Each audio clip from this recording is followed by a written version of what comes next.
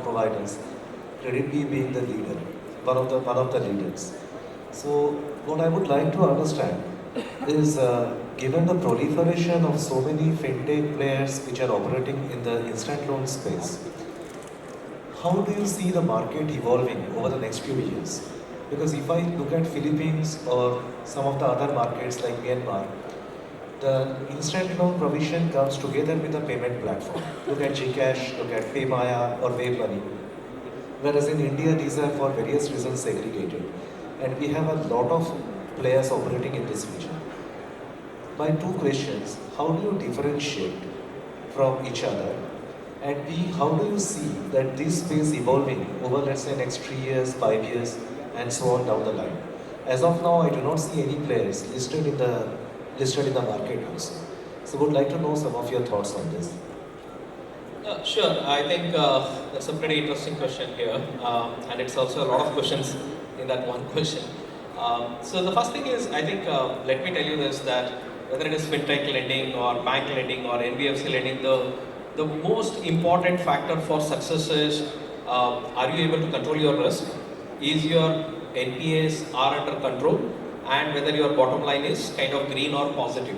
Let me start with that fundamental stuff. I think we have seen banks going bad when the NPAs are kind of lost. We have seen many NBFCs going bad when the NPAs are not in control. And the similar thing we have been recently noticing a lot, even in the fintech space, where the companies are going bad when the NPAs have gone bad. So this is a very fundamental thing of any lending. I think lending is not a very innovative business. It has been happening for like thousands of years, and the only guys who have kind of established themselves and grown are the ones who are able to control the risk or the risk management. Now let me leave that one bigger thought. It's no different for fintechs. Even whether a payment company does lending or whether any BNPL guys does it or whatsoever it is, I think risk management is the key factor.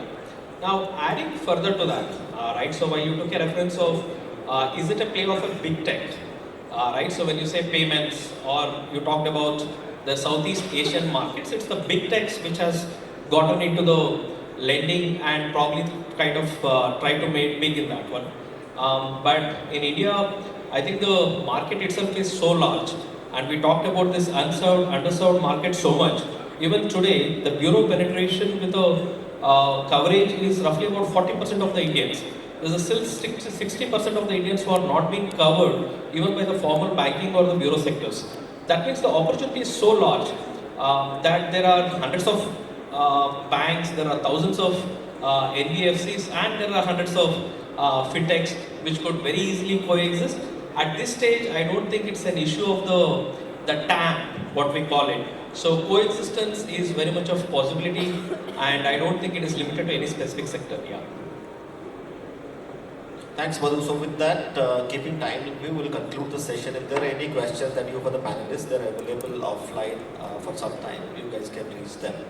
Thank you again. Thanks. Thank you so much, Mr. Ashish, for beautifully